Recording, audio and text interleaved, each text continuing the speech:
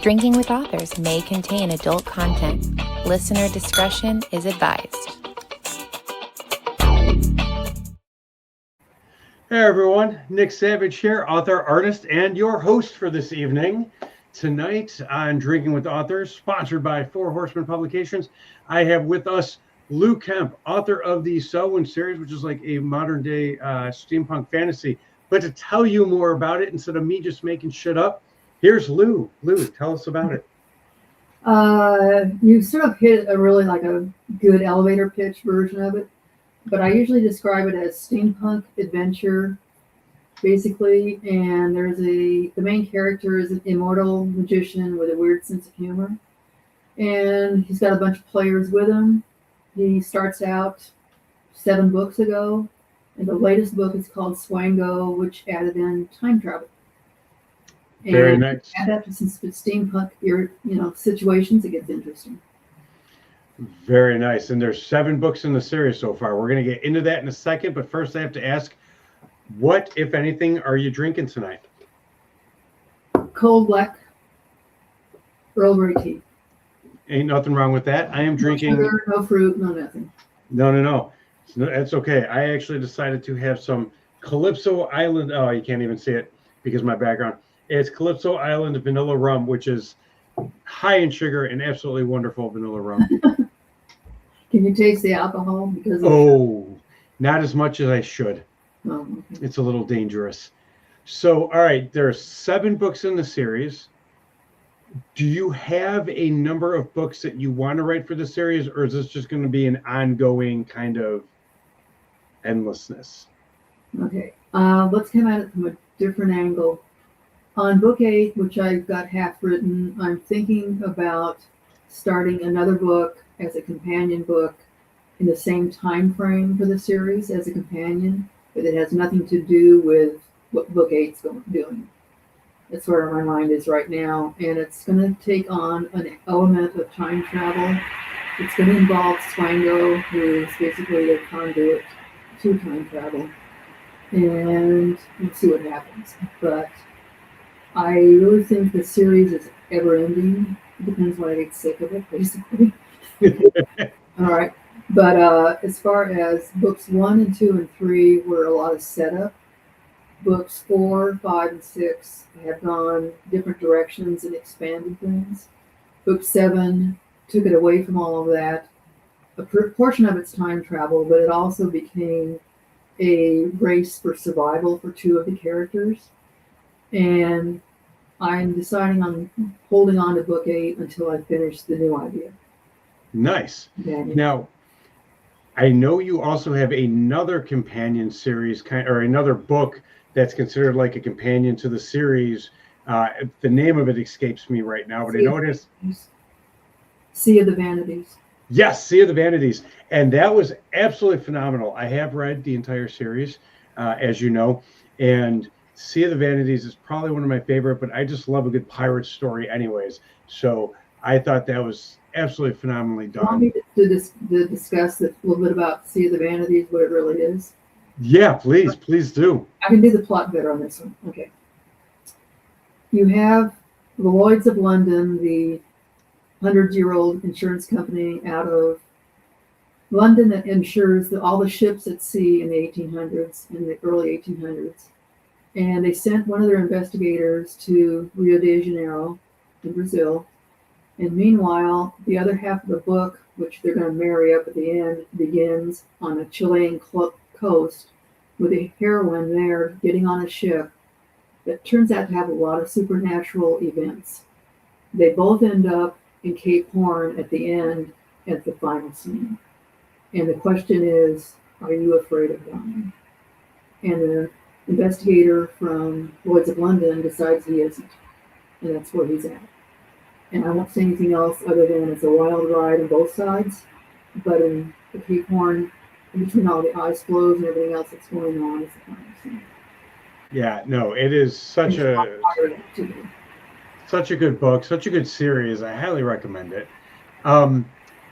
Your writing process, I know that in your bios in the book, the about the author type stuff, you say that you don't plot a lot of stuff, but you've done a good job with writing multiple books in a series and not writing yourself into a corner, to use your words.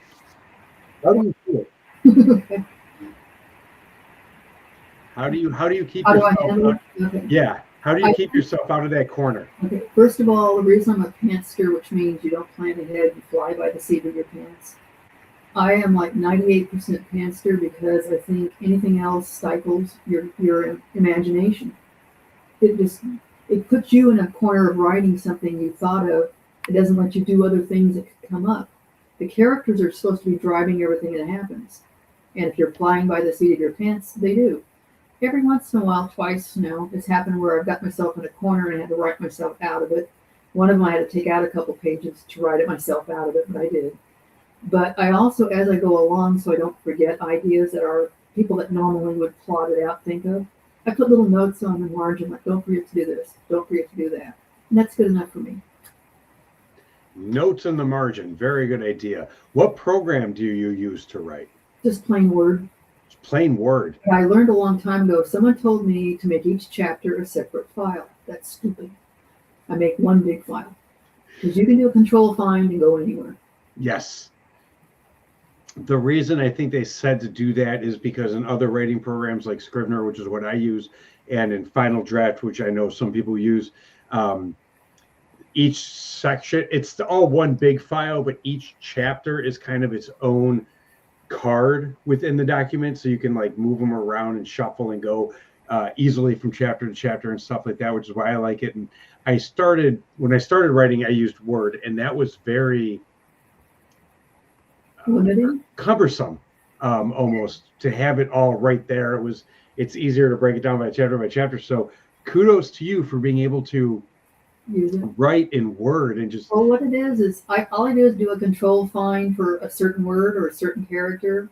Yeah. And then I can see the blurb of about 20 choices, and I know about how far in the book it is I'm looking, and I can find it fairly fast.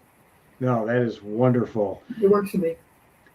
When you are writing, is there anything that must be happening?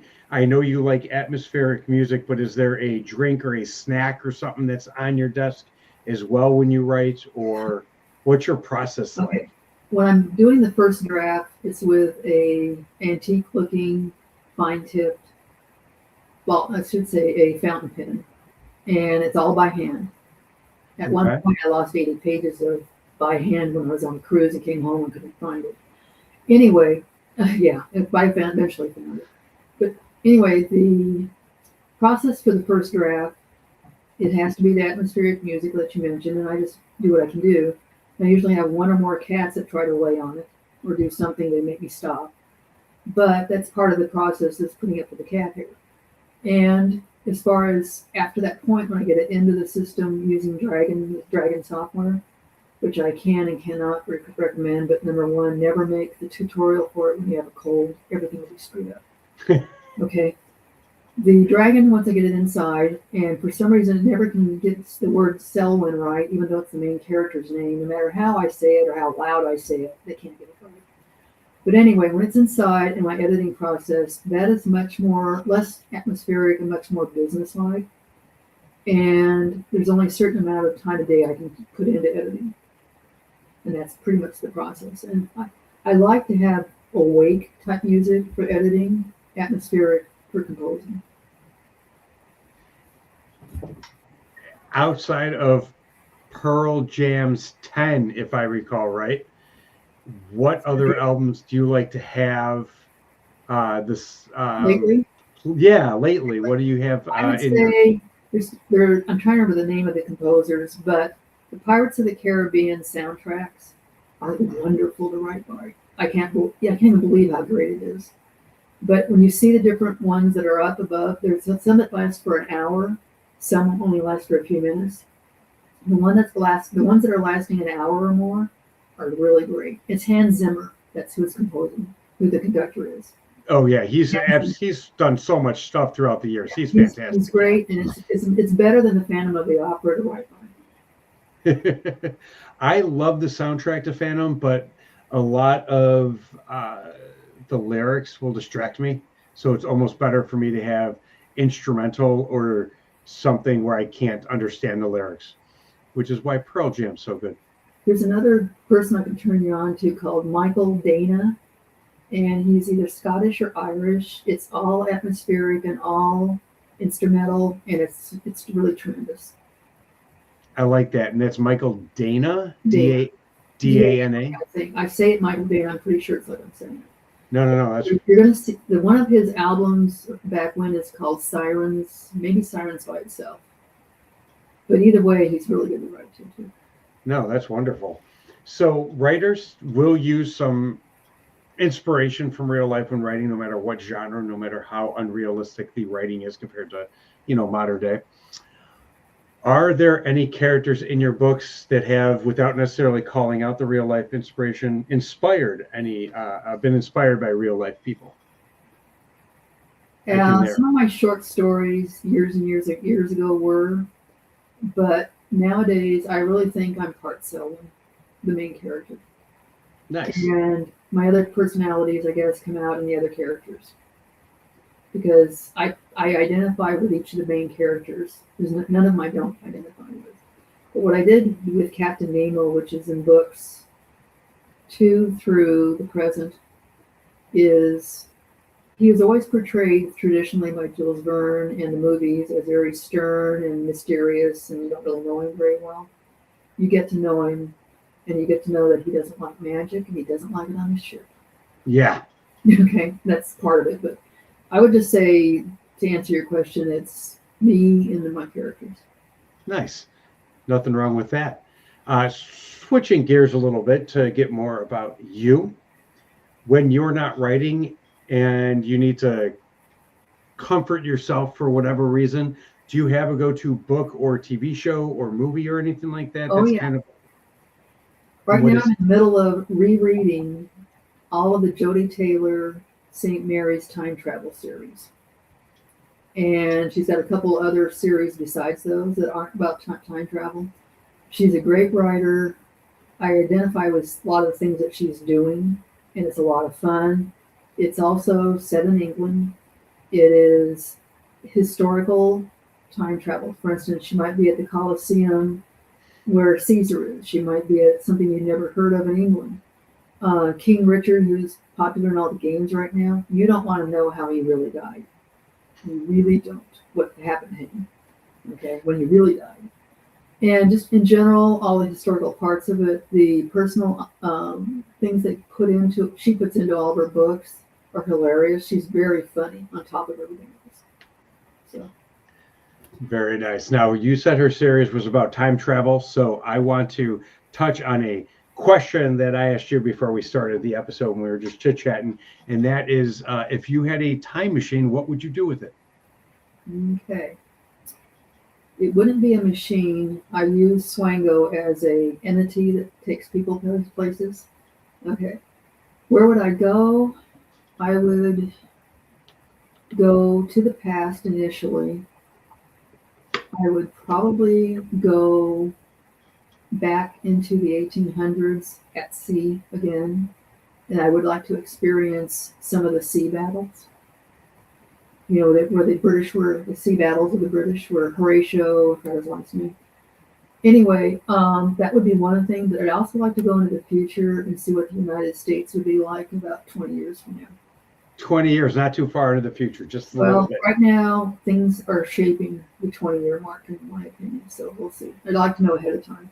Yes, no, I definitely understand the uncertainty of the present, so you can peek ahead a little bit and see how we turned out.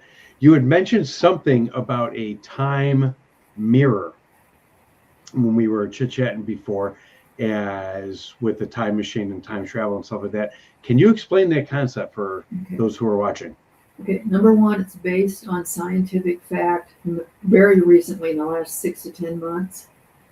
Scientists in more than one arena have basically duplicated, they call it a time mirror or a time reflection, but basically with mechanical devices with certain elements, I'm talking about minerals and elements that put things together.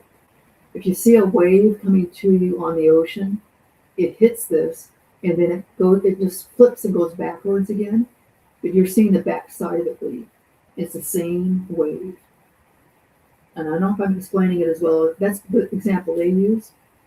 But as far as how you would use it in fiction, I can think of a lot of places to use it. And I'm trying to decide right now who to involve in it. But the time mirror, the time reflection, you can easily look it up online and see all kinds of stuff about it.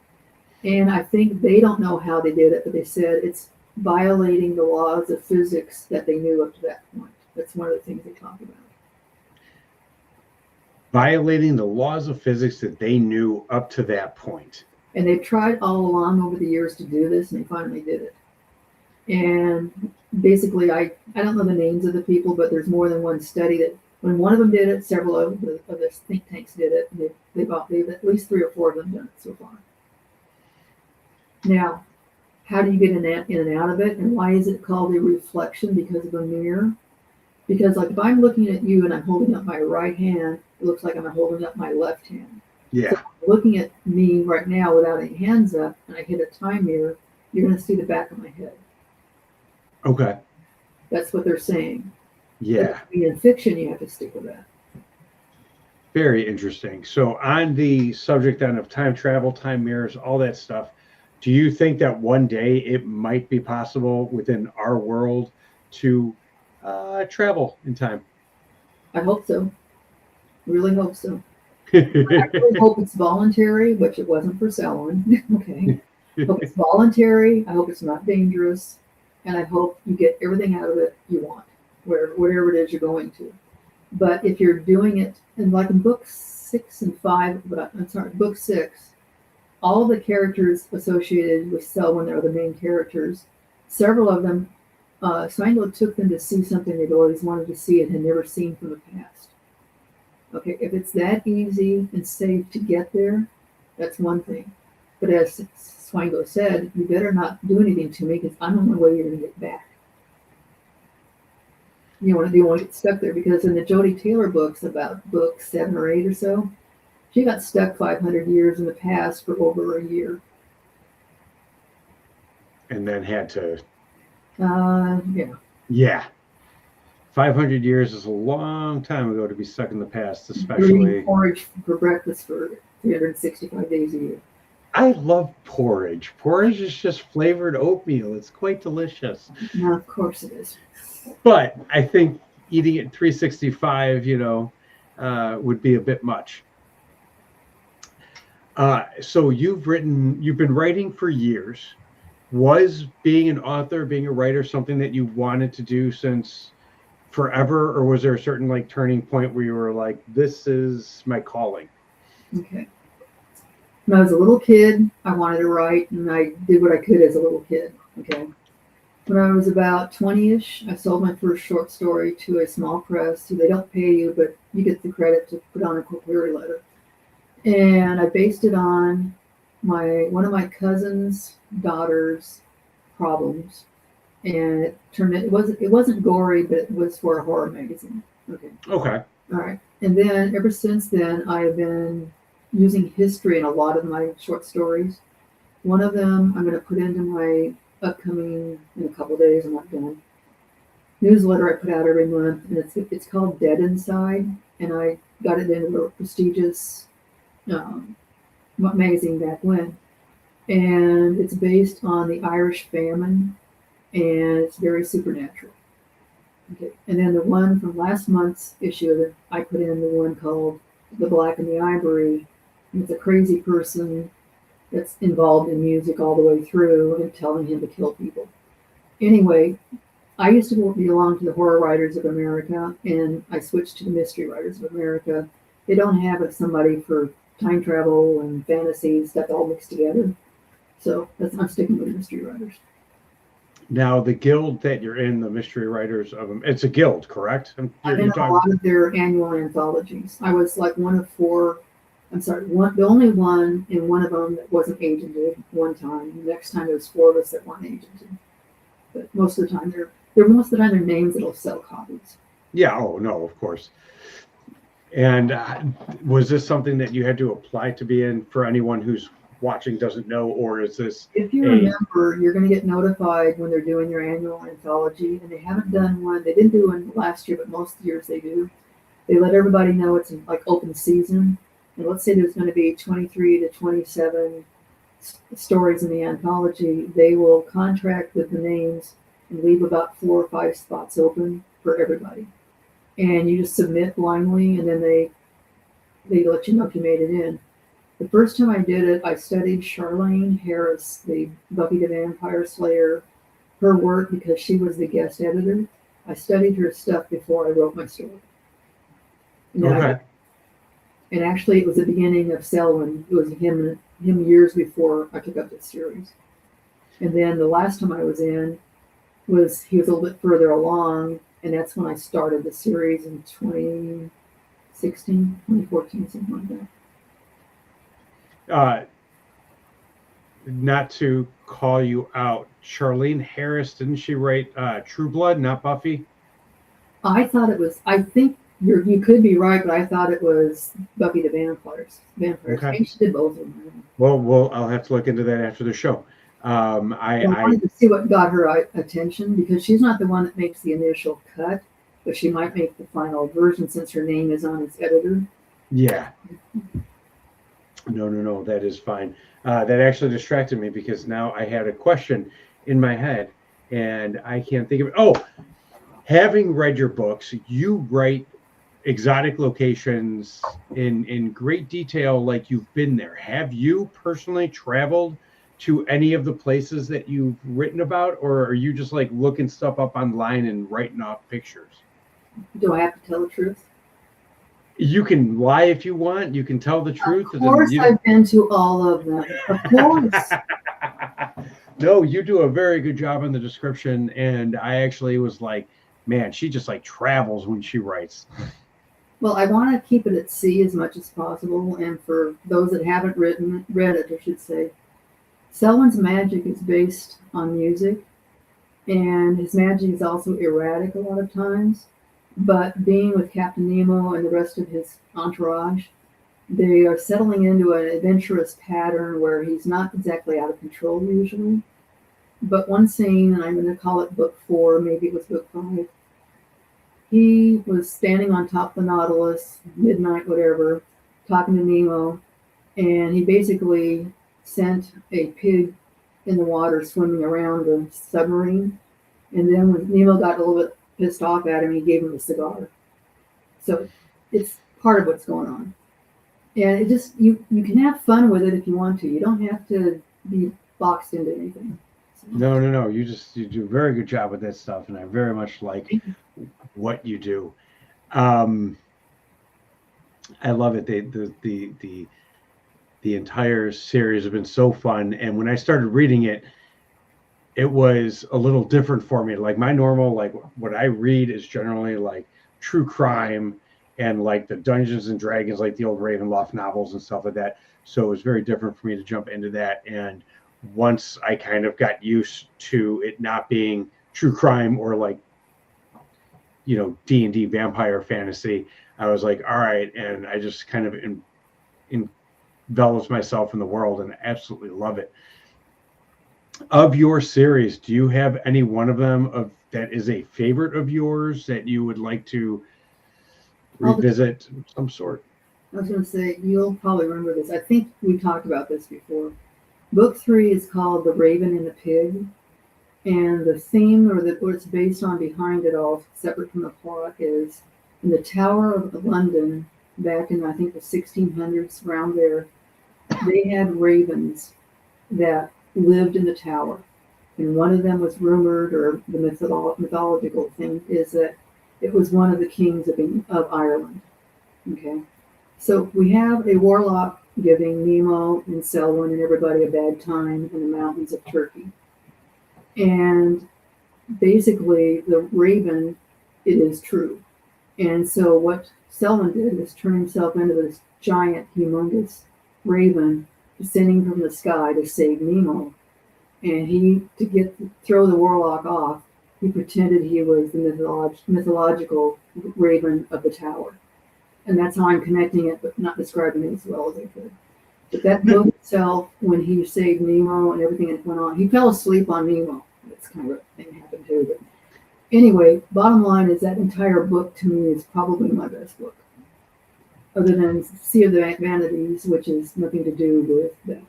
Yeah, no, it was a companion piece mainly because the way it was introduced into the series and stuff like that. But the book itself was just phenomenal. But the Celwyn series is great too. And I do vividly remember The Raven and the Pig, and that was a very, very good book. So I kind of Did you like it when I had him bury all those people underground? oh yeah, no, there's so many different scenes from each book that kind of stick out in my head and stuff like that, but it's wonderful stuff. Is there anything specific that when you're writing you do to get inside the head of your characters, because they are very, very different from one another? You know, like you read books where some of the characters bleed, but your characters don't. What do you do? By saying that initially I had to learn the characters through books 1 and part of book 2, but once I did, I knew how they should act and what they would do, and I know that I could count on Selwyn to do the unexpected. I could count on Professor Kang to be a nag, but he's a lovable nag. I could count on Bartholomew to be superstitious. I could count on all of these things, and I could demonstrate them and use them as part of the plot. And to show that Kang really appreciated and was really a close friend to Selwyn, when he thought he was dying, it was very upsetting to him. That's the end of book 1. I'm sorry, the end of book. When he was getting over to, I think it's the end of book 2 is what I'm talking about. So, No, anyway, to answer your question, yeah, the characters, I know them in and out, and I gave Selwyn a love interest that I'm not as deeply into, but I found her very useful, and when they're fighting, it's very real. So, leave it there. The vampire, without more spoilers, yes. Yes. The vampire, She's yes. nice. They're all nice vampires that associate with Nemo and Selwyn, but they've already run into some bad ones. They're going to run into more bad ones. There's no gore in it, although my background gives me a lot of gore opportunities. There's no vampire gore. It's the threat of the aristocratic vampire. That's what we're looking at.